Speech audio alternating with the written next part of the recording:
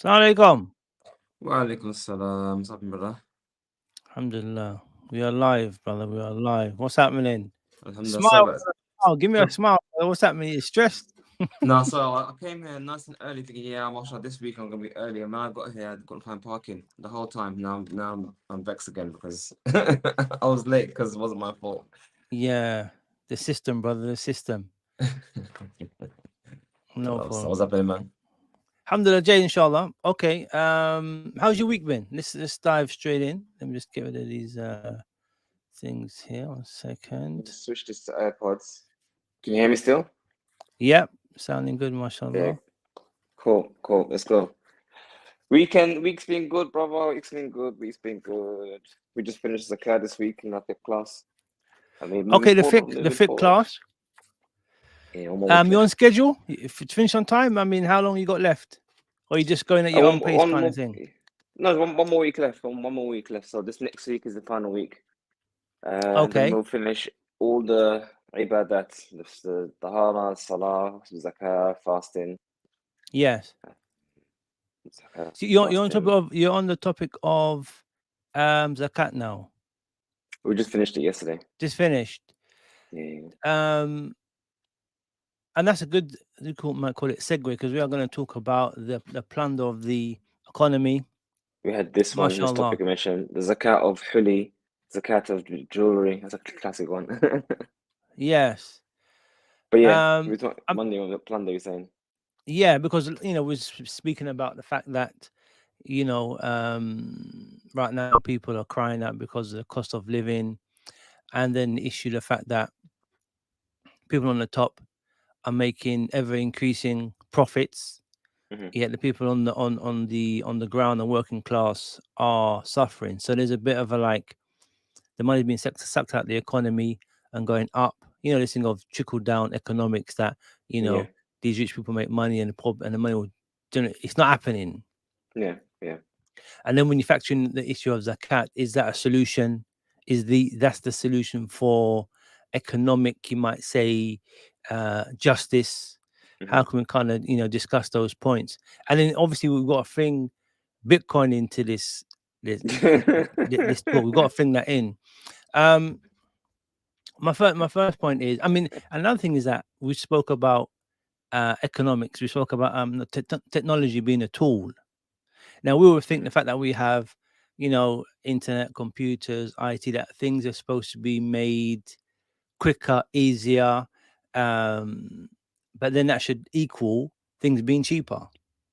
Mhm. To get what I'm saying, is there a connection between um, these issues? Why aren't things being made cheaper, and why aren't we seeing a reduction in the prices of food, utilities, Mhm. cars, etc., etc.? So where do we start from the Sheikh? Where do we start? Where's the beginning? So, I mean, on the actual topic you mentioned there, it's a really good topic, actually. It's really good. There's a book called The Price of Tomorrow. It's not Muslim, it's a kafir, but it's a good Okay. topic, which is about basically about what you just said there. It's talking about The price of tomorrow. um the price of tomorrow, yeah. So Okay. the topic of the title or topic of the book is about deflation. So what you just described there Hmm. a second ago is that technology is deflationary. Hmm. Technology makes things cheaper. Yes. But that goes and flies in the face of the economists and the not economists, sorry, the those who make policies in the government and central banks who want inflation. So Mm. they want an inflationary currency, economy, whereas technology by its very nature is deflationary. So Hmm. before we continue, let's describe why technology is deflationary, Hmm. or what is deflation in the first place. It's basically what you just said. So things becoming cheaper and cheaper and cheaper over time. Hmm. That's called deflation. You're deflating the economy, making the prices of things go lower and lower and lower. Yes. Um, and inflation is the inverse of that. That's where the price of things go higher and higher and higher. Now, that's Hmm. according to one definition of inflation. Another definition of inflation, which we might touch upon or might go and come to as well, which is also connected, and that is that the money supply Hmm. increases or decreases. So they'll say that inflation is when the amount of money that's in the economy increases, and deflation is the opposite. But let's just stick to what you just mentioned about the prices of things becoming cheaper. So whether you want to call it deflationary or call it the effects of deflation, whatever the case may be, the point is, Mm. how does technology make things deflationary? And Mm-hmm. why do governments not like that in their models and what they want to plan to do? So, Sorry to cut you. The reason why I believe this is an important point mhm, is because we kind of want to move up when we come from being poor, becoming mhm, comfortable. Do you mhm, get what I'm saying? And then, I yeah, mean, I've just been looking at some things, shares, is how to become financially stable or mhm, independent. You got to learn stuff. Do you get what I'm mhm, saying? You have to know, okay, how am I going to move through this? You know, how to invest, stock shares. Do you have to become a professional? Do you have to go to university? How are you going to mhm, teach your kids kind of how to be how to be financially stable? You mhm, kind of got to know a bit of economics. You know, if you do a degree, you're going to come in at a certain level. If you have a business, you're going to come at a certain level. So now, just going through, if you don't teach your kids some kind of financial knowledge, how you then going to basically climb up that ladder? So I think in that context, this kind of discussion is very important. yeah, To get yeah. what I'm saying, to I actually mean, know how the world works financially, and if you want to be financially stable or make wealth, then you got to do A, B, and C. Do you get what I'm so yeah, I saying? mean, on that one, there's the model, there's the idea, and then there's the reality, and then there's Islam. So there's lots of things Yes. to draw on that one. But Yes. on the issue, just to conclude the issue about the deflation thing. So Mm. um, so imagine we have a farm, Mm-hmm. and we buy seed, we sow the land, we plant the Mm. seed, and we harvest our crop.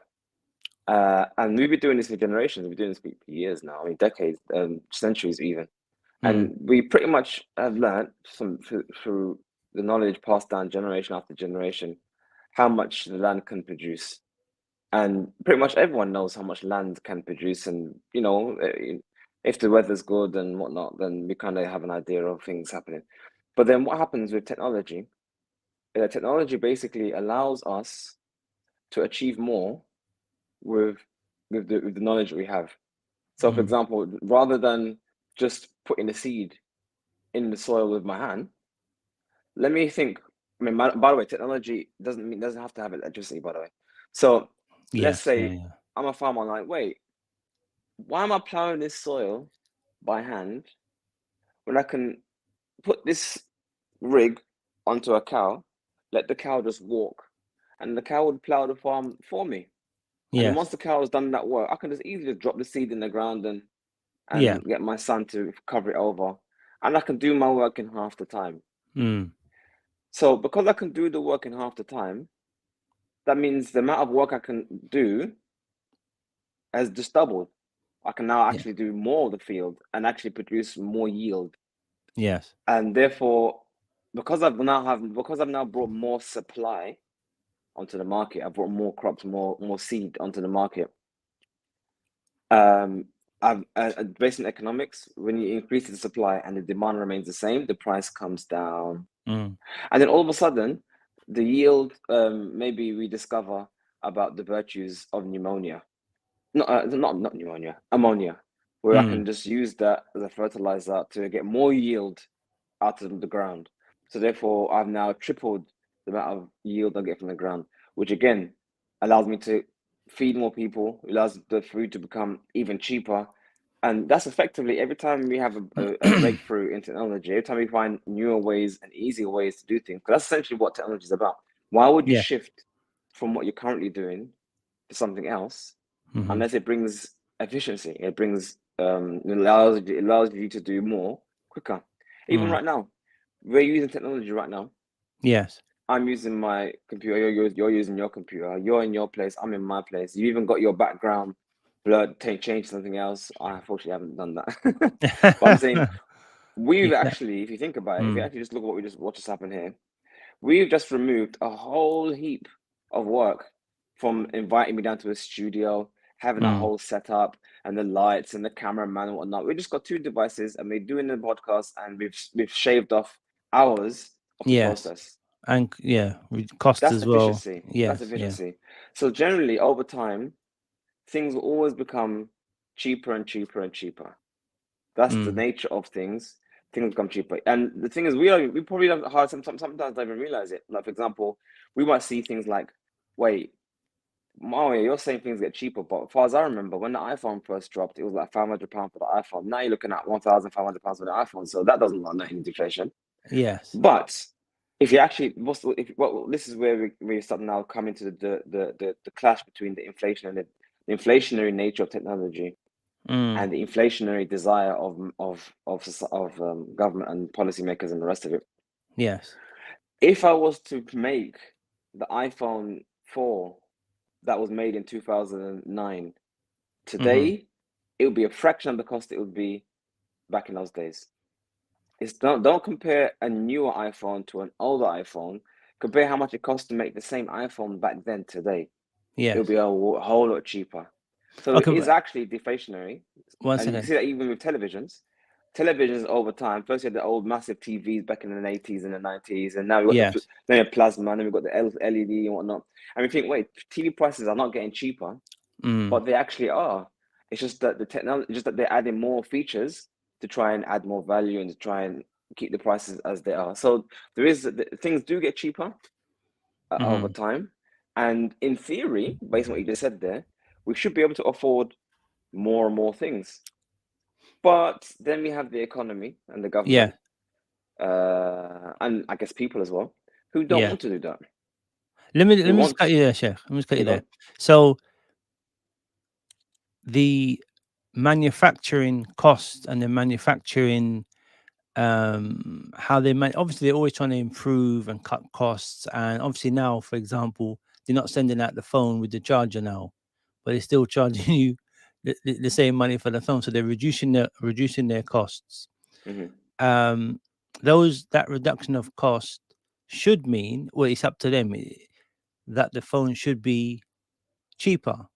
But you're saying obviously because they've got a new camera lens, they've got a new processor, then really it's the same price or even more expensive. Do you get what I'm saying? So while technology does exist, those cost savings are not necessarily passed on to the consumer. And Well, I'm yes saying, and no. why aren't these cost saving measures passed on to the consumer so that we can, I'm talking about a mentality. Well, okay, if we can do things quicker, we can save money. Let's have a general opinion or a general view that let's pass those cost saving things onto the consumer. It doesn't seem that way. So this is what I'm saying, where we see what technology does do, and then when we see what actually happens. So as I was saying to you, if you actually look at the process, so imagine you have your foundries, your factories and whatnot who are making the iPhone 4, for example, back in the 80s. If those same places were making iPhones today, using technology, it would be extremely cheap. That's the first thing. But it's just that the iPhones of today are able to do a lot more than what they were doing back in the day. So if you was to compare like for like, if you compare capacity and ability and whatnot, then the prices haven't changed much. If not at all, they're pretty much the same prices. But what has happened, is the inflation of money. So here's an experiment someone can do. So if you look at the price of an iPhone back in 2008 was about £500. Now, and that was 2008. So now we're looking at 15 years later, or 15, 14 years later, now 2022, going on to 2023. Now, if you were to add on to £500 every year, 2 to 3%, what you will actually get is the price of the iPhone today. Which is ironic. Because if you again, I'm saying if you get £500, add 2%, then add 2%, then add 2%, keep on adding 2% for every year that passes, which is the rate of inflation according to them. You would actually find that the price that you get today for the price of the iPhone back then It's is relatively the pretty much same. the price of the iPhone today. So Yes. what we think of as Apple raising their prices and Samsung raising their prices is actually a result of inflation. Yes. So it's not actually a function of Apple being greedy or Apple Mm. trying to squeeze people more and more and more. It's the result of things on planet Earth becoming more and more expensive because the money we're Yes. using is losing value. So what's Okay. actually interesting is that if you actually were to plot the price of housing, for example, or the price Mm. of stocks, or the price of anything on the market, if you put it on the chart and you compare that and you plot that against the rise in money supply, Mm-hmm. what you find is that the line is straight. Meaning nothing has changed. As in, what the illusion that Okay. prices are going up are actually the result of the value going down. Oh, and equal itself out. It's equal now, you could say. So essentially, Mm. in a nutshell, what that basically means is, if you were to say, "Oh, prices of things in the old days, it was cheaper than it is in our days, like in the 80s and the 90s and the noughties, they're Mm. cheaper than it are today." Well, all intents and purposes, if you look at the costing and the inflation that has happened, prices are exactly the same. But what the government do and what society does or whatever is that prices themselves or the money itself is inflated over time, which gives the Yes. illusion of increase. The Got illusion you. that your value of things is going up higher and higher and higher. Mm. I mean, Um, there may be certain blips, like, okay, if before, when Saudi Arabia shut off the oil, then there's less oil in the market and the price goes up. um I don't know, if there's war or whatever, then there's not enough grain coming through, then the price of grain is going. So if there's not, you could say, certain issues going on restricting the resource coming to the market, then you're saying with inflation and this and that, things aren't getting more expensive in general. But we're always at a loss, you could say, because of yeah. inflation. Our money is So, going down, and that's something which we just got to live with. well, you don't have to live with it, but what it is that you mentioned the issue of blips, and this is important to recognize is that markets, or there's something called efficiency of markets, how efficient the market is. Meaning, if the price of raw materials in Africa or Asia have gone up, how long does it take for that price to reflect on products sold in UK or America? It Yes. takes time for the prices and people to adjust the prices and whatnot. And Mm. which is why when you look at long-term trends or long-term price action, you have Mm-hmm. to look at it on a long term. So, for example, we just had now the price of oil went way up from like 30 real, 30 pounds, $30 a barrel to $120 a barrel. Now we're back Yes. down to $80 a barrel. All this happened in the space of a year. So you don't look at the week to week, the day to day, even month to month price of things. You look at Mm. the year on year price of things, the long trend, not the short term trend. Yes. Yeah. And when you look at long-term trends, those long-term trends kind of iron out those blips and kind of even off those blips. So they may occur, but then The eventually it average. will Mm. return to mean, and you kind of get the overall trend. So the idea is that basically the overall trend is that price of things actually haven't been doing anything particular if you Okay. factor in monetary inflation, which happens. So that brings us back to the issue of why do they inflate the money supply? Why does the Yes. government always try to increase the money supply, or how they do it? But let's Mm. forget the how for now. Let's just talk about the why. Yes. So economically speaking, or economics in their view, especially in the Keynesian orientated view, um, the price of to them deflation is bad. To them, deflation is bad. And I'm not here to say it is good or bad or the rest of it. I'm just here to just put the case of what they say. So deflation for them Mm-hmm. is bad. Why? If price of things go lower and lower and lower over time, that Mm-hmm. does actually mean that me, the manufacturer, I'm making less and less and less money. And if I end up making less and less and less money for the same work I'm doing, that means Yes. that I'll end up employing less and less people because I have Mm-hmm. less money disposable to give. And if I'm unable to employ people or as much people as I used to, unemployment will go up, and then people are unable to make as much income as they used to, Yes. and we have a vicious cycle of downward spiral going downwards. What they want instead, however, is there to be inflation, not too much, but some inflation. The target is about 2%, 3%, 1%, around that rate, around that range. Why? Well, if prices go up, that means me, the manager, I'm able to earn more over time. And with that extra surplus money, I'm able to do more, as in buy more stock or employ more staff or live more better. And the more money I make and the more money my staff make, that means the more that we can spend. Spend, yes, put back in the And the more economy. money we can spend, that means that more product on market gets sold and we have an upward trend.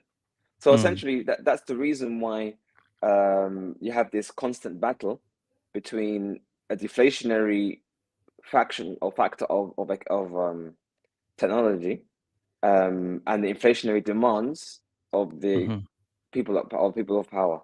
And we can understand why people would want, or why they would want prices to go up. They've explained the psychology and the reason why Yes.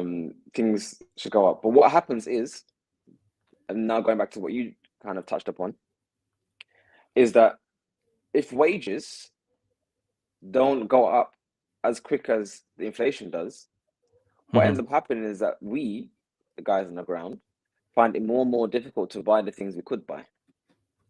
The working So in class. theory, according to their idea, according to their vision, the more things cost, that means the more the money they make, the more money they make, the more that they can do and employ, and the more that they can employ, the more money circulates, and they want money to go up.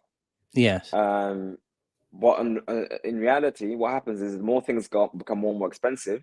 If we, the workers, don't earn, or our pay increase, for example, is not in line with the inflation, Yes. what ends up happening is that we can't even buy these things that are more expensive. So fast forward to today, where Yes. we've got the CPI index or the inflation index in the UK at 10.1% since last year. That means that since this time last year, it now costs on average 10% more to do the same thing we did last year with our same wages. And I'm sure no Yes. one who's listening to this here has received a 10% pay increase. Got you. So essentially, even if your boss has increased your wages by 2%, as in trying to match inflation, or 3%, or even 4%, you're still 6% in the red. You still Yes. can buy 6% less things that you could buy before. But the thing is, how do governments achieve this constant increase? How do we increase the price of things to get our target of 2%? This is the question, Yes. and this is where we see the scam, and we see Year on year on year. manipulation. I mean, this is what, Yeah. why the mentality of, as you said, they want to stay ahead of the curve, so they've got to have a 2%.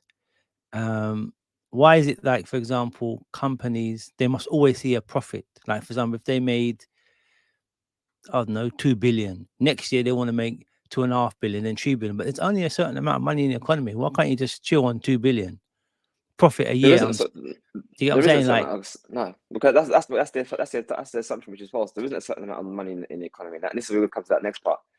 So how does the government get to do inflation? I mean, even if you think about it for a second, just stop and think. Wait, the government's going to target 2% inflation, so that means they are, quote unquote, in yes, control of inflation. How do you yes, change the prices of things? manipulation of markets, you could say, manipulation of Yep. certain things. Yep. Literally, so that kind of reveals the secret that to some level, the government is trying to force the market to do something. And just a slight pause, bringing this back to Islam. The Messenger of Allah sallallahu alaihi wasallam was approached by someone in Awesome. Sahaba and was asked, "Ya Rasulullah, can you set the prices for us, because the prices of things are going up?" And the Okay. Messenger of Allah sallallahu alaihi wasallam replied by Sallallahu saying, alaihi "Verily, it is Allah is the one who sets the prices, Got you. and He doesn't want to meet anyone on a day of judgment." So then he goes, "Allah is one who raises and lowers, and He doesn't want to meet anyone on a day of judgment that has a claim of oppression upon him." So from that hadith, we can see that the Messenger of Allah sallallahu alaihi wasallam, who receives revelation from the heavens, who receives revelation from the heavens, could have received information from Allah about prices, or at least be given permission to decide what things should be. Yeah. But he said no and justified the no by saying, I don't want to meet Allah Yawm al Qiyamah with any madlama, any oppression. Mm. Meaning, by dictating the prices of things, that Mm. takes away the right of either the buyer or the seller. Yes. When you have a transaction, the buyer sets the price and the seller agrees to the price and they transact and they go out about their business. If a third party that's not involved in the transaction comes into the transaction and says, no, no, no, no, no, make it this price, Mm. then someone is being done over. Either it's too cheap, cheaper than what the seller was offering or wants for it, so therefore he's oppressed, Yeah. or it's more expensive than what the buyer wants to pay for it, so therefore he's oppressed. Mm. It doesn't want to get involved in people's business. Can I So, jump a in? sense, you go. Sorry to cut you. Just say our utilities, for example, water. You know, speaking about the other day about the price of water, and you can't use your garden hose or whatever. For certain items, can there be a cap on profits? Like as you said, if it's a um, free market, the government can't Yeah. come and say, you know what, you making 3 billion, I think in the first quarter, is a bit much. Do you get what I'm saying? Like let's cap Mm-hmm. it so that the people can have won't be oppressed in regards to the utility bills. Are you saying that that government stepping in would be oppressive to utility companies, or I think the problem with that question is that mm, it's framed in a in a scenario where it's not the same as what the hadith. And let me explain why. okay, mm, So some markets aren't really open as it used to be. So I don't know if you remember when we were oh younger, yes, BT yes, was the yes, only company that you can get your telephone from, and yes, BT dictated the prices. So it would be fair to say, wait, why are you charging these prices? And maybe there's an issue of, is it fair or is it not fair? mm, And the reason why we would ask that question is because there isn't really any competition. There isn't mm, really anyone who can come in and say we want to do it cheaper because we want to compete with BT. And if there's no competition, essentially there's a monopoly, then yes, price action or prices aren't really natural, they're dictated. What the Messenger of Allah is talking about so, here is an open free market. In an open free market where there are competing people buying and selling and whatnot, mm, then prices become or get discovered. We can discover what is the price of things, because he might offer it this item for £10, but another guy might say, I'll do it for 9. And another guy will mm, drop in and say, well, I can do it for 8. And then we yes, have this competition whereby we look, wait, we get to a point whereby the price will go down so low whereby it no longer becomes profitable anymore. There's yes, no more profit to be made. And mm, therefore we discover what the fair price would be. So discovering the fair price happens in an open free market. So yes, if there is okay, no open free market, then there could be a case to be made for an Islamic leader if the country's like that, to say, wait, why are you stating the price to be the case? Because we don't know. I mean, if it was an open market and no other competition, we would know what the fair price is, mm, because they would compete, and then the prices will be discovered. But because we don't have that mm, discovery mechanism, then we need to ask, okay, why are you setting the price at £10 an item? How much did it cost to make? How much profit? Then there's that kind of question. yeah, But that's something else. But yeah, I mm. mean that's something else. I mean, utilities is something else. So I don't know how, again, I don't know how it works in this country in regards to utilities. We assume that there's It competition because feels like the it feels like a bit of a monopoly because they're all of them made between, I think, between 2 and 4 billion profit in the first quarter. All of them obviously raised utility bills the same, and all of them roughly made the same profits. So it seems like there is a bit of a monopoly. I don't understand no. why. So monopolies. Mm, I think sometimes things may look like a monopoly and and actually aren't a monopoly. So, for example, mm, imagine I am the only um, newspaper producer in London. I'm the only all newspapers are printed by me. mm, So this is an illusion that I have monopoly on news. But mm, because we have the internet, I'm not the only source of news. So although in terms of actually printing newspapers, I'm the only one in the industry, I'm not mm, the only source of news, and I am technically still competing with others. I'm competing with the internet. I'm competing with yeah, the phone. I'm competing with other things. So defining a monopoly is quite difficult. But I don't want to get sidetracked to that one. Yes. But back to the issue. Again, I don't want to answer about how the utilities stuff. I don't know how it works in this country. Yes. Is Yes. there free and open market? And if there isn't, I don't know. But the issue about the issue was what we were talking about in terms of the government saying we want to target a certain level of inflation. Yes. The question is, how do we do that, or how do they attempt or try to do that? And if we know how they attempt to try to do that, then we will answer that. Then we will see how the idea that there's only a certain amount of money is not real. So first and foremost, money. If you think of our current system, our fiat system, and when I say fiat, basically the money that we have, pounds, dollars, whatever. This, yeah, if you want to call it that. But I mean, cash could be anything. But I mean, just fiat basically means that our paper money that's from the government, issued by, or government issued money. Okay, cool. Think of that, or the total amount of money in the system. Think of it like a bathtub. And in this bathtub, the water in the bathtub is the money in circulation. Now, the government has the capacity to increase the amount of money in the bathtub. I increase the amount of water in the bathtub by turning on the tap. And also have the capacity to remove money from this bathtub by pulling the plug. Yeah. So if you can imagine this bathtub, it has a plug which you can make, I guess you could say, make the hole larger or smaller. So more water comes out or less water comes out. And you have this tap which could turn, and more water comes in, more water comes out. So essentially the money supply can either, or the bathtub level can either go higher or it can go lower based on these two factors. The size of the hole that money flows out, and the size of the faucet that brings more money in. So what is this, and how does this analogy actually play out in reality? So interest rates is what defines how much money is in the system. Okay. So when the government says, oh, we're going to increase interest rates, we're going to decrease interest rates, what do they mean by that? So when you go to the bank and you borrow money from the bank isn't giving you someone else's money. The bank is giving you new money. So this is this is new money. So this is the tap. This is the tap that brings more money to the system, is through borrowing. The more we as people borrow, the more money is in the system. And when we pay back our debts, when we start paying back our debts and the debts are settled, that's the removal of the money from the system.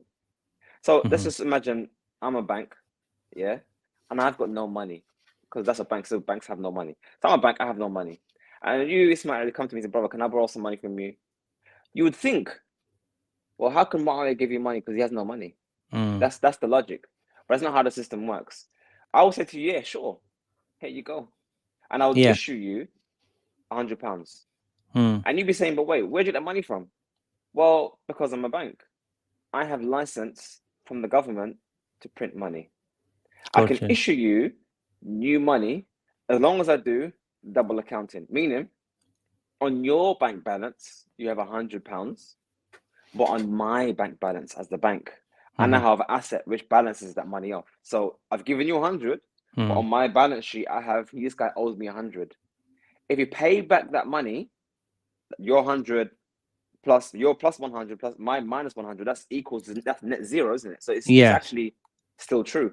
I still have no money because your plus and my minus is what it is. Yeah. So that's how money is created. So all these companies, BT, utility companies, Apple, all them companies, they function on debt. Everyone functions on debt. Mortgages, housing, everyone functions on debt. So if they want to do something, they go and get a loan or put some capital or not, and they release capital, they can get some money. And every time they go into the bank and release more money goes into the system. And this is where we have what's called the debt cycle. The debt cycle basically means that the more people borrow money, this is now bringing it back to what we said at the beginning of this. We're talking about inflation and deflation. They want to inflate the market because they want more money to circulate. How do they inflate? So the more times we go to the bank account, and the more debt we take from the bank, that means the more money we have to spend. Yes. I never had £1,000 yesterday, but I have £1,000 today. So that means I can go to Westfield, I can go to shopping centers. I can go Mm. spend. I can buy my Louis Vuitton bag. I can go to Apple, buy my phone. I can go to Asda, do my weekly shop. I could do stuff with this money that I just borrowed. Yes. Which means that Asda, Apple, Louis Vuitton, all these shops, they are now getting income that previously wasn't there. So that very act of borrowing brings more money into the economy, which means that shops, owners, merchants, they are now actually able to sell products that previously wasn't possible to sell because they never had the money. So when the government lowers the interest rates, as in they make it cheaper and cheaper and cheaper to borrow, therefore more people borrow. But more people borrow, more people spend. I get you. So I see the loop And therefore now. more people spend. Excellent. And then the loop stops.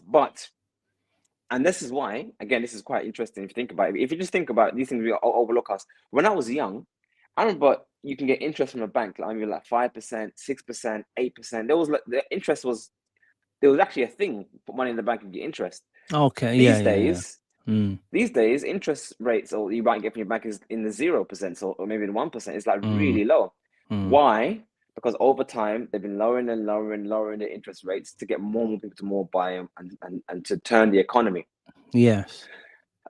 We've had now interest rates. So that's basically what they were doing for decades. Governments across the world was basically filling the bath more and more money to get more and more of the economy stimulated and whatnot. But it only works so much because the more money you have in this system, the more inflation it causes. It causes the price of things to go up. Yes. The price of things go up, and I'll talk about why. Because the money's become worthless now, basically. Because they've got so money in the bar, it's becoming worthless. Yes, but I'm going to touch just a bit more about that in a second. But the fact is, it goes up.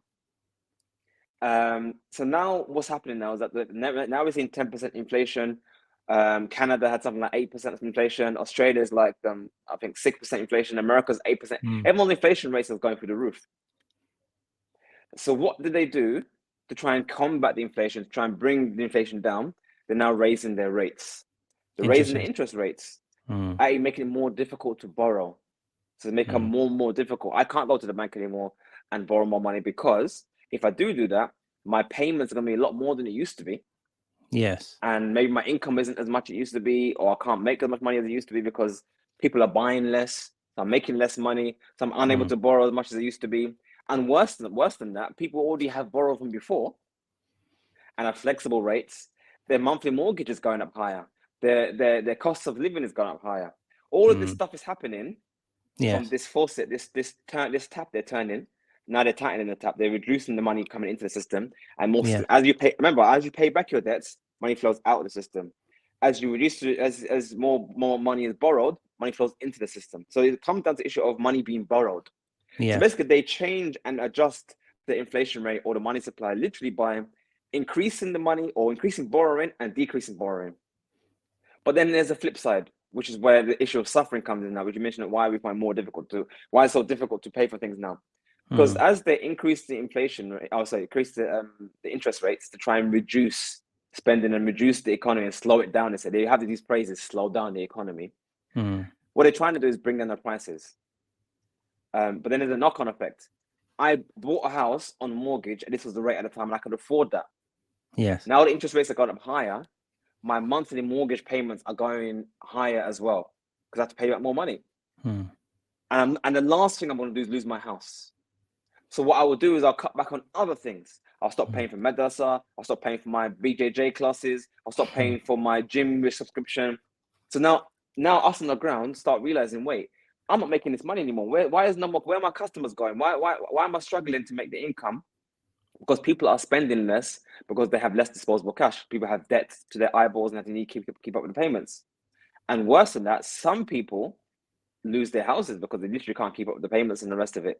So this is basically how the government increases the money supply and decreases the money supply due to this whole inflation, this whole game that they play with the money supply. So then we come to what we come to right now, which is the debt cycle. These ups and downs in the economy are a result of riba. Let's get carefully. These ups, boom and bust kind of thing. The boom and bust. And busts is a result of riba. Okay. And let's go quickly go through in like 2 minutes.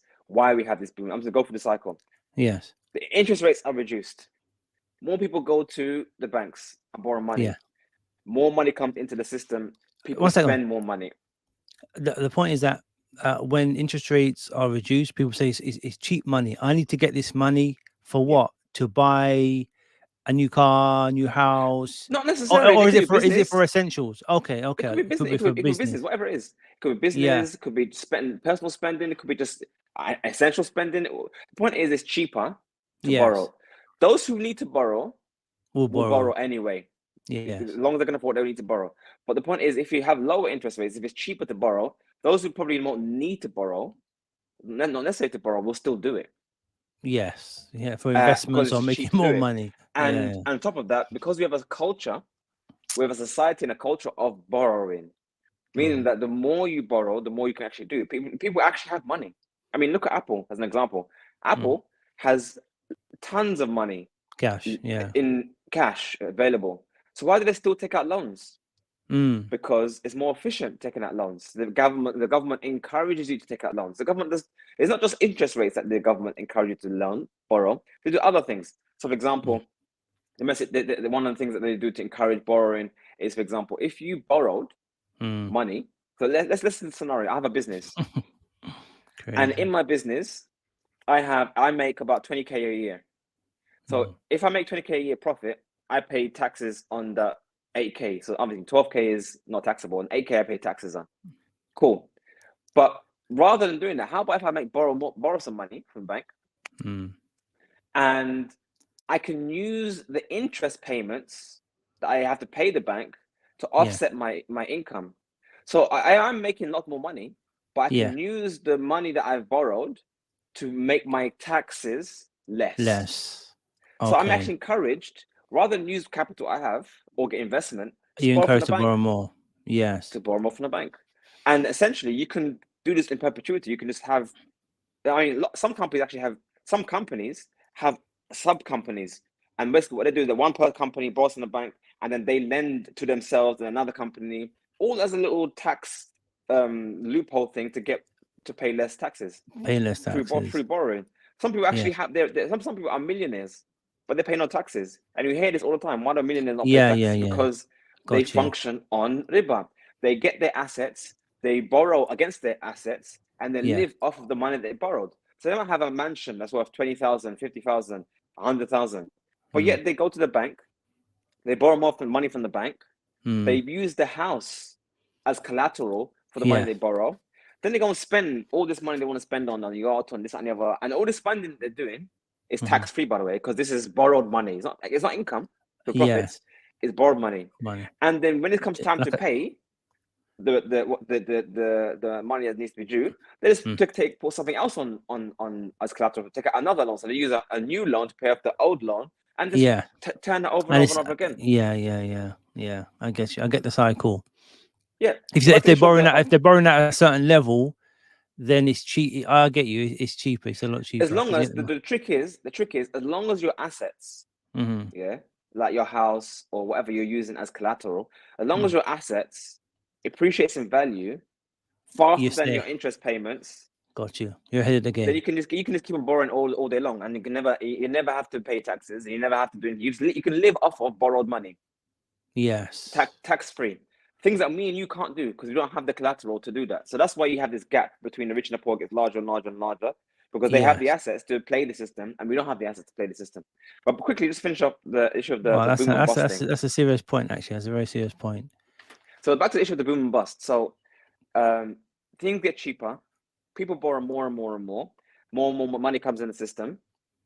And as they buy, these people who are buying, essentially more people are competing to buy the same number of goods. The number of goods are the same. You can't inflate that out of thin air, but you can inflate the money supply. And this is where the money that we have detaches from reality. I can inflate and I can bring more money into the system through sheer will. Yes. But I can't make a car or make a phone through sheer will. I have to actually do something. So if there's 100 people in the room and 50 of them can't afford a phone, therefore there's only 50 customers. But if I say to the remaining 50, but you can just borrow money and still buy the phone and just pay in installments. Now I have 100 customers for the same number of phones, not 50 customers. Gotcha. So now, because we have this culture of borrowing and buying and borrowing and buying, and Klarna, I heard Klarna, the one there, 3 months you can pay off in 3 months installment. There's so many ways you can get things. Yeah, there's all this kind of stuff. Yeah. So because it's borrowing and spending and borrowing and spending and borrowing and spending, this eventually, due to the issue of because they can borrow, they become customers, and that essentially pushes up the demand. Demand meaning the number of customers there are, and the supply is a number of products you have to sell. So we have supply and demand is the same. So if you can get more people to borrow, you push up the demand. So if you can't push up the supply to match the demand, the price of things have to adjust. Yes. The price of things have to go up higher. But then it gets to the point where everyone's borrowing and spending and borrowing and spending and borrowing and spending. It comes time where it's time to pay your dues now. You borrowed money, now it's time to pay that money back. Yes. And when that time comes, some can pay and some can't. And when more and more people who get in more and more debt, some start to default on their debts. Yes. Then the cycle that's going up starts to pivot and starts to turn down, because now we have banks now start foreclosing on people, start taking their houses off them, start to come with bailiff and take their stuff and whatnot. And these people get bankrupt and they can't back. So therefore, less and less people start borrowing, and therefore the money supply starts coming down. And then we have the bust cycle. It will crash. Then we get to a point whereby it gets so low where the government starts stepping in and saying, okay, we need to do something and make it easy again. And therefore we have the pivot where we start, more money comes in again. So this idea of 80s bust, 90s boom, noughties bust, 10s boom. This boom and bust is a result of the riba system, because essentially what this riba system does, or this interest-based system does, it artificially brings customers into the market that shouldn't be there, because they don't have the money. Artificial demand distorts and destroys the price signal. It gives the market signals of demand that's not real, and pushes the prices up and down and all over the place. And then we have these cycles. Yeah, and that's essentially why we have. Well, I guess one of the reasons why we see what we have now. So we had, for example, let me give you a scenario of how this happens. Why this is, or we can see how this happened. In 2020, we had our friend in it, Mr. 19, who came along. Who? Mr. 19 in it. He came along and called us all to get in lockdown. Okay. So Mr. 19, Mr. 19, yeah. So what did the government do? I mean, think about it. We just had everyone locked down. People not working. People not earning money. No one got money. No, seriously. So what did the government do to try and keep the economy turning and the engine moving, the wheels turning? We had furlough. Everyone we got had money. Grants, free money. And then on top of that, they tried to stimulate more borrowing. How did they do that? They said, massive scheme. If you borrow money up to £50,000 for a company or whatnot, the government will cover your interest payments for the year. For 1 year. So basically, they dropped the bar for borrowing way low. You could literally go to the bank, walk in and walk out with £50,000 clean. Easy. And all most you have to do is pay that back within a year, and that's it. You got free money. Enough but the thing is, the trick is, who was really being helped here? Was it me and you, or was it the banks? I called my own bank. I mean, that happened. And I said to them, I want to understand what the government are playing at. I said, I can borrow 50k. Yeah, I said, yeah. And there's no interest payments. And I said, no, there is interest payments. I said, but the government said there's not, we have to pay interest payments. And they said, no, there is interest payments, but the government has said that they will pay the payments. They'll make the payments. Yes. So what we're seeing here, here's a sleight of hand, the trickery here. The governments were using me and you to force us to go to the banks for the government to channel money to the banks. Yes. What the government really feared wasn't that you won't have money to spend, is that the banks would lose income. But the government can't just give money to the banks, because everyone will say, oh, you just give money to the banks. So how dare you give money to the banks? So the way they do so is to encourage you to be the fodder, encourage you to be the product. say, you just go in there and get a loan Get and the help 50 yourself grand. out and get you 50 grand, and don't worry, because by you doing that, it now allows the government to say, okay, bank, here you go. Here's the money we promised to give Here's the you. interest. It's come from our Here's the tax interest. money. Yep. Because remember, if Mm, we don't borrow, the banks mm-hmm. can't make the profit.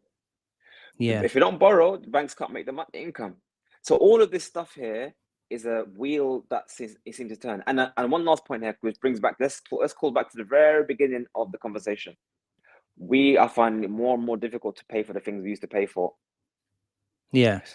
Houses. If you know anyone who bought a house in the 70s and the 80s, you know the house prices were like pennies compared to They today. were reasonable price. Reasonable.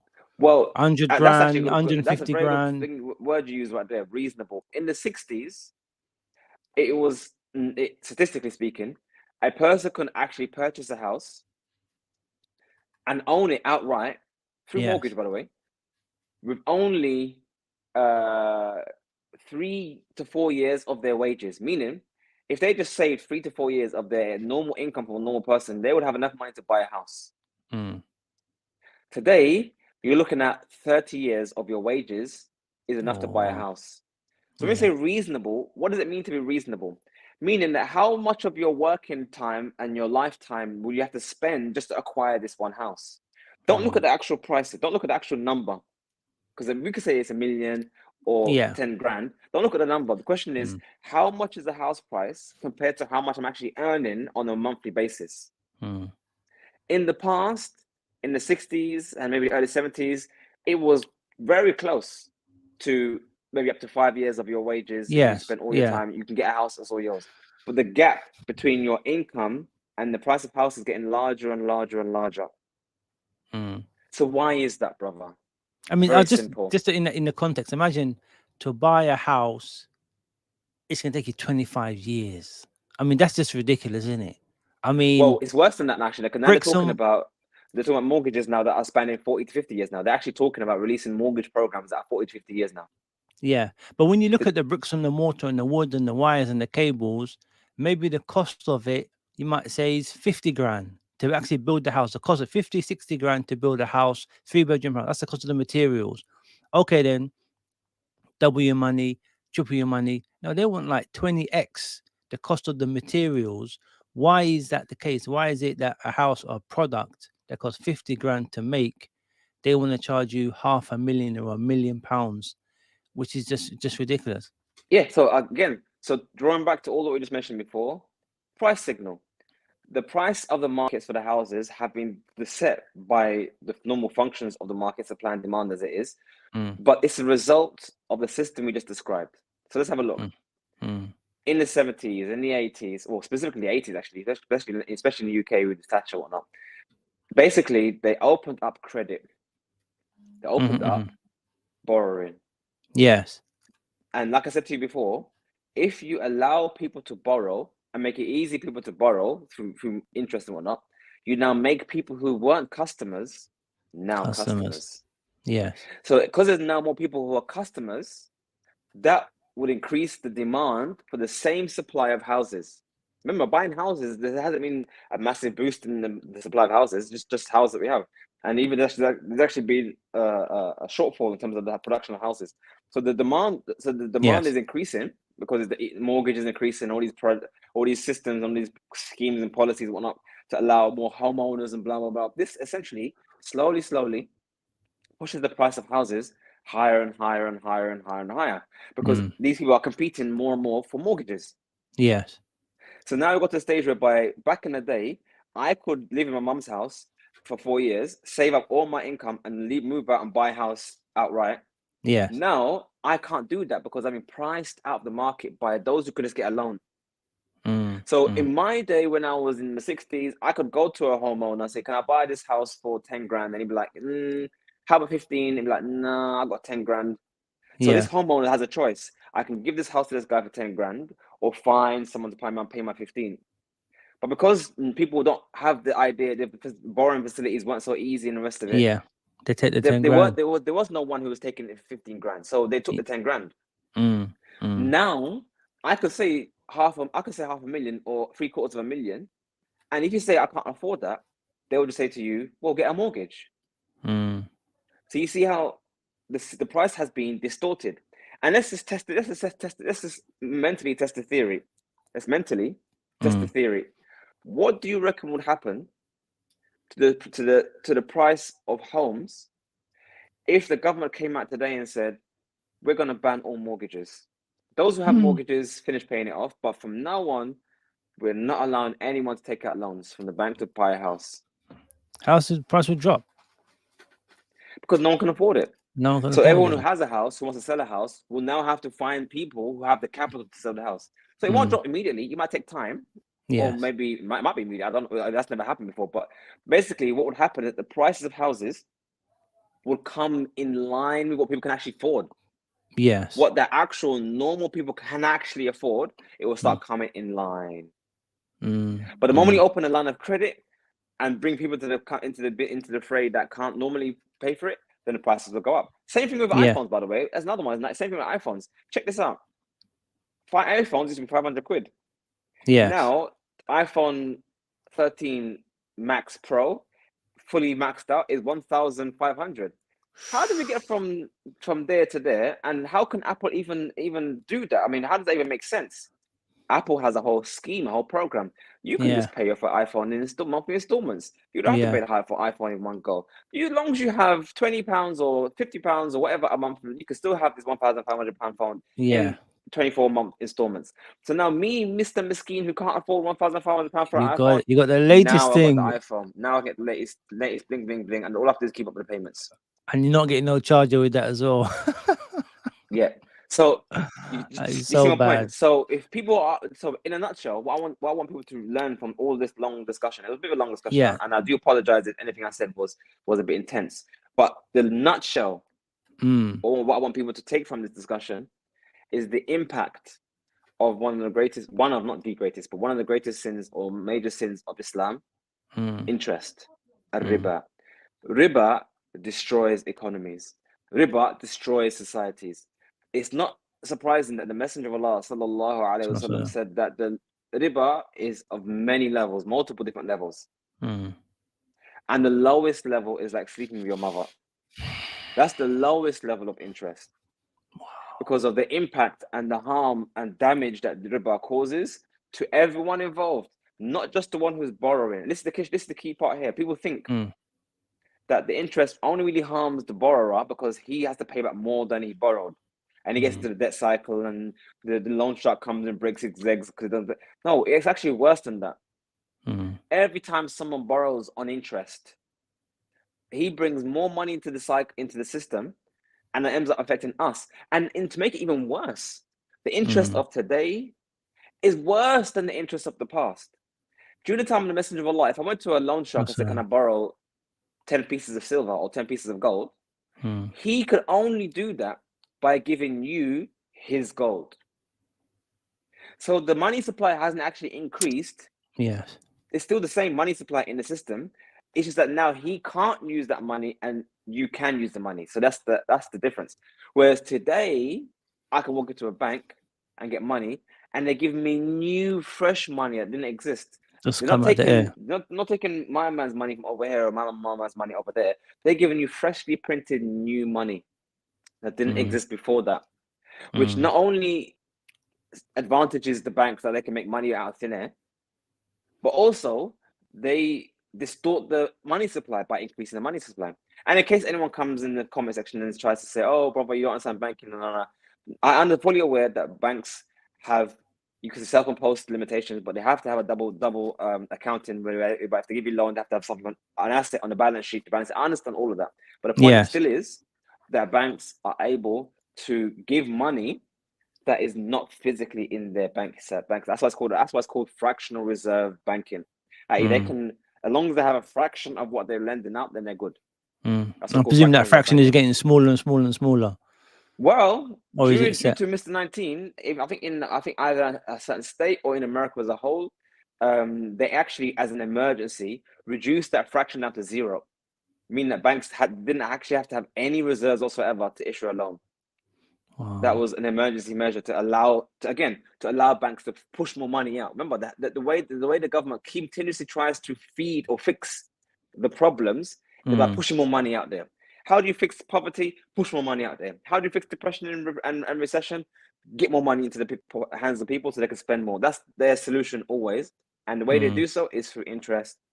But the way we will look at it as a Muslim, what we will say is, and practically also, when you borrow money into someone's hands, all you're doing, and this is a good point to stop on. When someone borrows money from the bank or from someone else to do something, all you're really doing, listen carefully, this is the key here, is you're drawing from the future your future capacity.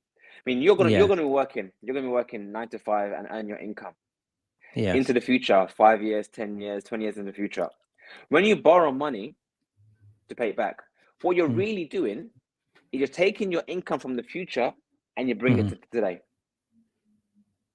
So what that means is when the future comes and you need to spend then, you've already spent that money, brother, last week. So that house you wanted to buy, you spent your future 20 years of work buying the house 20 years ago. So when it's come time to that, the economy is slowing down, you spend more money and you can't find the money. Why can't you find the money? Probably you spent it ago. You spent it a while ago. You've already spent it on your house, on your car, on your watch, on your bling bling, on your credit card. You've already spent it before. So Islam has a different mindset. Islam has a completely different mindset. Islam teaches us spend what you have once you've earned it. Earn the money, as in do the work. So therefore, once you've done the work in the past, you spend the past today. Yes. And if you want to spend more money today, but you haven't got the money, work some more, have patience, have sabr, until you earn that cash, and then you spend.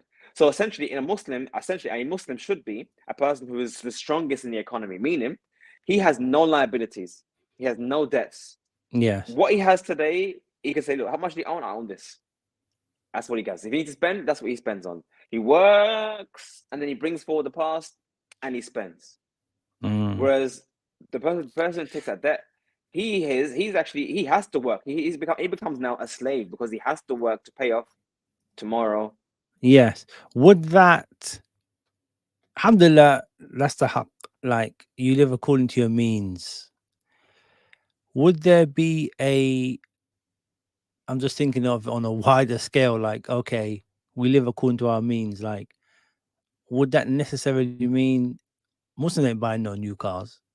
Muslims are not, we're all renting because mortgage is haram. Would there be disparaging, like, okay, well, they're Muslim, they look a bit miskeen because everything they have, they're shopping in Primark, they're not taking out no loans to, put. I mean, this is the thing. I'm in East London, yeah. How many people got loft conversions, driving new cars, and do you know what I'm saying? Like, we wouldn't be doing that. We'd just be living according to our means, and maybe they'd be like, right, them Muslims look a bit poor because they're not taking loans. I mean, that's the way. That's how it should be. Yeah. But we're falling into the trap. So what you're describing there is that we become victims of the system because they've made, and this is the issue. They've made the whole economic system from the beginning to the end, all of it, starting from education all the way up to retirement. The whole system from when you're born to when you're dead is all built on interest. Yes. On credit. And we're trying to exist outside the system, but yet we're a part of the system. So we become disadvantaged. It's almost like saying we're all gonna do a boat race. We're all gonna have a boat race, yeah? Yes. We've got a paddle and we're all, paddling on the boat. We're all doing normal stuff. But then these guys, they said, yeah, we'll have a paddle, but we're gonna use this engine here at the back called interest. Yes. And we're gonna they're zooming, brother. faster. They're gonna zoom so they're past zooming you. ahead. Yes. They're zooming ahead. Although this machine, maybe this machine may blow up in their face at some point. Maybe it's in the atmosphere, whatever the case may be. But they're still going ahead. But yet we're still trying to paddle along. And this is the problem. The problem is that we sit here paddling along, thinking, wait, why not just get a engine like them and just move ahead as well? And only a little bit of interest. Or I make an excuse. It's a necessity. I need the engine to reach there at a certain time. And this now brings us to the hadith of the Messenger of Allah sallallahu alaihi wasallam, where he prophesied that there will come a day the interest is so prevalent that even if you don't engage in it, the ghubar will touch you, the dust will touch you. Brother, that is if that is not today, what would that be then? What would the hadith look like if it isn't today? Yes. Everything we touched down to the money in our pockets came into existence due to riba. Even to the fact when you don't want riba or you're not even getting loans, we still have the ghubar, the dust of it in our pockets, or the money we have in our pockets. Yes. Even though you've got a nice halal restaurant or a nice halal corner shop and you're just selling the normal stuff, the people who are coming into your shop are still buying your stuff with interest with their credit card. They're using a card reader. There must be some interest on there So there's somewhere. everywhere, every avenue, the dust is touching you. That is Mm. literally where we are right now. And escaping that system is very difficult. And what people need to recognize, like you said, people need to recognize is that as a Muslim, we don't do that.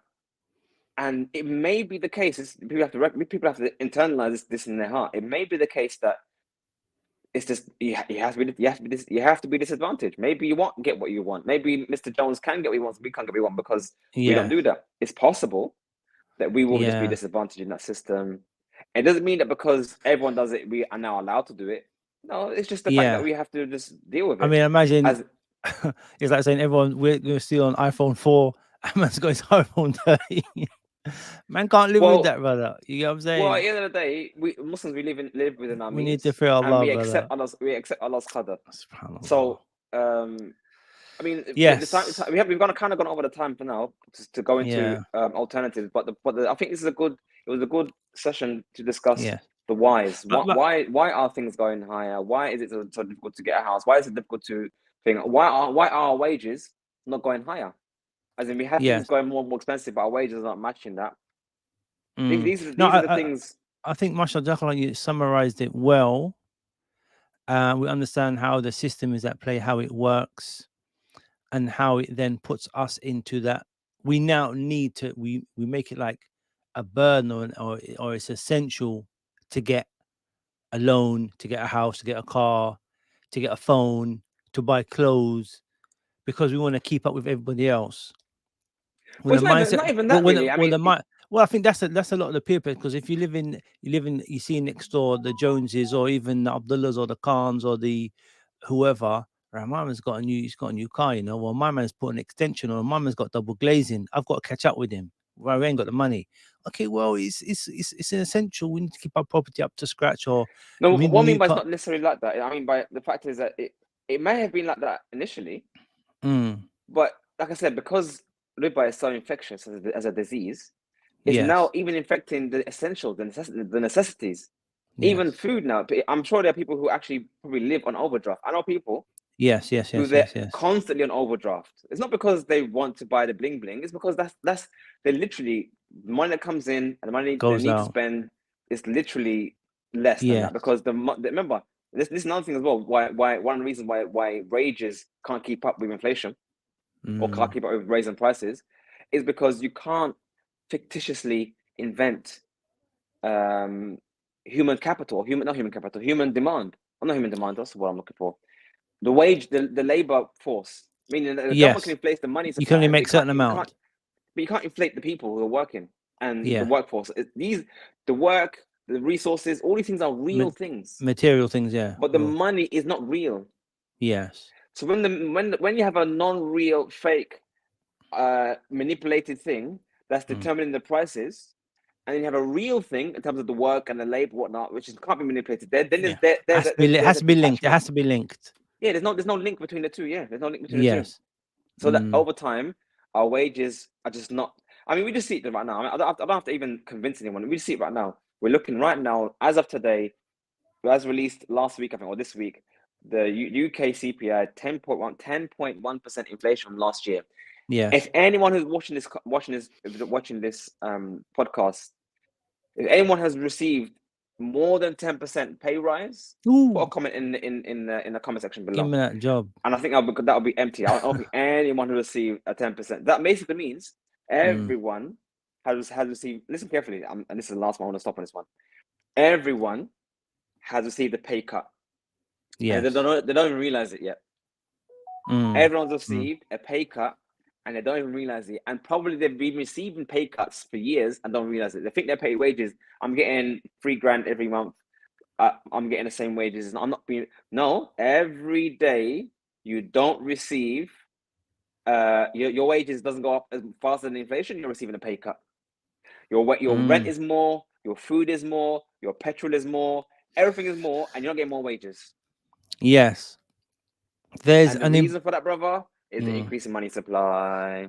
I know you want to finish. One brother, Diamond Essence made a point, and this is all linked. And I'm looking at the kind of like the Muslim survival guide in these times. And as I said to you before, the issue of moving from poverty, you might say working class, professional class, then elite, like that tawakkul, that issue of, okay, things are tight, I'm gonna work harder, I'm gonna hustle. There has to be a Muslim mentality. Say, okay, fine, things are getting difficult. I'm gonna cut back. I'm gonna stick with my iPhone 4, and then I'm gonna work a few more hours, and I'm gonna iPhone 5. I'm not necessarily going to. I'm gonna fear Allah, not take that loan to get the iPhone 13. I'm gonna rent a house. I'm gonna buy a cheaper car, and then as a brother said, work harder. And not necessarily. I understand the inflation is always going to be ahead of us, right? But there needs to be a Muslim mentality that we're not going to be weak and compete with the Joneses or the Khans or wherever. And we're not going to have the extension. We're not going to have the new BMW. And we're just going to, that's the thing. Can we? Is it possible? See, brother, you need to understand that this issue goes far more deeper than just an iPhone. It goes far more deeper than just an iPhone. Just think of it this way. In the 60s, it was fully within the capacity of a normal family for the husband to go out and work a normal 9-to-5 job. And you can get a house, have a family, have 6, 7, 8, 9 kids, have a wife who looks after the kids, and sustain the whole family. Great, is good. Why is it today that a family can be struggling even now with a 9-to-5 job, where both the husband and the wife is now working and they're still struggling? The system is, the thing is way deeper than it is than it's than just an iPhone. We're talking about just the bare essentials. You talk about food. You talk about food and bills and rent. Everything. I mean, just pause on this. Think of this one point. One man was actually able, with a normal menial job, was able to look after his whole family. Today, that one man actually cannot look after his whole family. No matter how many hours he works, no matter how many jobs he does, he cannot. And now he is forced to tell his wife, baby darling, you need to get a job as well. For work. And the thing is, again, this is where you have to really scratch deep below the surface. Why do you really think the government is pushing for equal pay, female rights, all that kind of stuff, and get women into the workforce? Because they recognize and they know that if they didn't get the women into the workforce, families would have realized the scam earlier on. They've told you, oh, it's about freedom and women having their own income and let them earn their own wages, have their own free life. No, it's not that. They realized that if they just left it as it was, with the man just earning and the woman looking after the kids, then we all would have realized that this is not sustainable way before. But they convinced us that it was in our best interest to let women work and let everyone go out to work and get 2 jobs. Now both sides, and they convinced us that having babysitters look after our children, raise our children, rather than our own family look after our children, is actually a good thing. These actually is the government trying to patch over with some dodgy plaster over the wounds that they're cutting in our skin, hoping that we don't realize that we're being killed with a death of 1,000 cuts. The system is getting, but the thing is, it's come to a point now whereby we can't do more, brother. I can't work more. My wife can't work more. Now, what's going to happen? They'll start asking our kids now to also work as well and go into the workforce just to pay the bills. Probably, this is why we reached. It's not even funny. Seriously, no, it's not funny. But this is where we are reaching the tipping point. If you draw that straight line from 1971 when they detached gold from the dollar from the gold standard, if you look from that from then on to now, we're seeing a gradual decline, or you could say we're getting worse. We're now reaching a tipping point whereby people are realizing this not make sense. This is not adding Yes. up. I mean, And even in America now, the number of people who have 2 to 3 jobs, but listen carefully, yes. the number of people who have 2 to 3 jobs is increasing. The Mm. number of people who are realizing it's not even, there's no point even working anymore. Just stay at home and get benefits because it actually works out cheap. Bro, Cheap. look at it this way. It's cheaper to Wow. do nothing than to actually get a job. Than to work. I know companies La hawla who have wa la told quwwata me billah. that their own employees are asking them for less hours so they can get benefits instead because it works out better. Yes. The system is breaking, but the system is breaking. Mm. They've pushed, Mm. the riba has destroyed, eroded the system so much that now we're reaching a point whereby it's going to break. And that's Yes. a good segue for next week's discussion. If it does break, what would it break to, and how does it Yeah. break? What are the signs of the system breaking? That's a good one. That's a good one to have a discussion next week. We're gonna stop now. I'm gonna stop. I'm gonna say a couple of things before I stop. One, Go for it. it just says a caveat. One, we still have lots of opportunities to do relatively well. Mhm, Not everybody, but yeah, there are a lot of people who are struggling, but we can do relatively well, as you mhm, said, by using the internet, hustling, being an entrepreneur.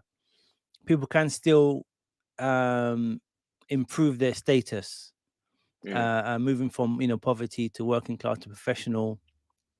Even in the UK, like we might mhm, complain that okay, I can't buy the BMW, but I can buy a Vauxhall Safira. mhm. There is that caveat that things are bad, but when we mean bad, it means well we've got to stick with the iPhone phone and not stick with the latest one. And it's that kind of mindset that things are bad. I mean, it's relative, and it depends what kind of situation you're in. Yeah. But to be able to see opportunities and say, well, okay, if I want to move on and do well and survive, I've got to do extra hours, or I've got to become a professional, or I've got to become a tradesman, and then Mhm, I can survive. That survival mhm. mentality, and not to, as a brother said, start your own business. But anyway, there's loads. We need actually we need a Muslim survival guide. Actually, how I we mean, can one thing I'll just navigate this system. one thing I'll just say, though, just as a final thing. I've had lots of final things, but one thing I'll Yes, say to me people too. that Last final is that thing. don't I would say to people who are struggling to get that income and struggling to match keep up with basic necessities. I would say don't Yes. feel so bad, Mm, and in the sense that it's your fault, because as you've clearly seen if you listen to the whole of this thing today, mhm. largely it isn't. The system is against you, kind of thing. It's just the way the system has been corrupted and destroyed so much that basically your job that you would normally get paid enough to look after your family just isn't paying anymore. Mm, And it's not necessarily your fault. It's not because you didn't do well at school. So, I mean, bro, I think in the past people could have left secondary school and got a good job and just get a normal desk job and whatnot and pay their bills and whatnot. That was sufficient. But today it's not sufficient. It's yeah, not because of them. They haven't failed as a human being. got you. I mean, I'm not denying that people can fail in Yeah, certain choices they make in life, but I'm saying I'm not saying it's not something that people en masse are failing. But literally, the system is that broken, bro. And the system is that mashed that doing what would have paid the bills 20 years ago is not paying the bills anymore. yes, That's just the reality. and I And think we've seen it right now. Inflation at 10%. yes, That's inflation at 10%, and nobody has received a 10% pay rise. Nobody. yeah, and I think the reason why That's reality. people are angry is because the elite or those 10% or 1%, they're getting richer and richer and richer because they can play the interest game. They can play that monopoly game and use the interest-based system to make more and more and more and more and more money. Do you get what I'm There's lots to saying? be said. There's lots to be said, but the corruption is runs deep. The system is broken from the core. Muslims need to recognize that Islam prohibited many things for a purpose, and it's not just arbitrary. Oh, riba's bad because we just said it's bad. No, it has real life, real world impacts and harms. And the fact that it is a major sin is Mm, sufficient to see how much harm it actually does to society. And we as Muslims, every time we belittle interest, anytime we belittle interest as being a minor thing, we succumb to that narrative mm, of their narrative, and we should fight that. We should fight that narrative. It's not that we shouldn't. belittle interest. Interest is serious. We should Yes, not make it out like it's something minor, or try and find ways to get it. We should try our best to find stay other away. avenues to stay Mm, away from it mm. entirely. Brother, we have to go. We mashallah went over time, and we could say more. We can say more. It's a very, very serious topic, and there's lots of elements that we need to discuss. What I intend to do is we're gonna speak after this as to how we can break down this topic into practical steps we can do. I know we've called it the Muslim financial survival guide or something like that.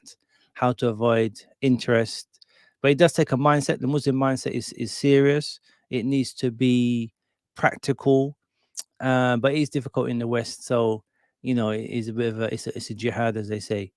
Excellent. Sheikh, Before we go, I also want to yeah, quickly just read out some further. of the comments that was there, in case anyone missed it. Mm, Some gems that was mentioned. One brother mentioned an ayah, يَمْحَقُ اللَّهُ الرِّبَا وَيُرْبِي الصَّدَقَاتِ. Allah destroys the riba and gives increase to the mm, sadaqah. So mm, mm, that's mm. another blessing. And another brother mentioned about the issue of men working in the past, how everything was priced at their time in Yes, accordance to their wages. Yes, it was. And that's something yes. we mentioned earlier on. But now things are priced based on what you According can to get on credit. what you So can everything has loan. changed. Yeah, masha. Subhanallah. Sheikh Maria, Anyway, once again, beautiful. next Thanks week, for inshallah. your deep insight. And for the brothers and sisters who are on there, please send us your comments. If there are any topics you wanted to discuss, send us a message either through Facebook or on the comments on the YouTube. We need your participation. So, inshallah, hopefully, we see you again next week. We'll be discussing another similar topic, very important topic to do with Muslims living in the West and our perspective on the world and how it is at this time. Jazakallah khairan. Wa Sheikh yak, Maria, Habiba. inshallah, we'll see you next week. Jazakallah Assalamu khairan. alaikum wa rahmatullahi wa barakatuhu. Wa alaikum salam wa rahmatullahi wa barakatuh.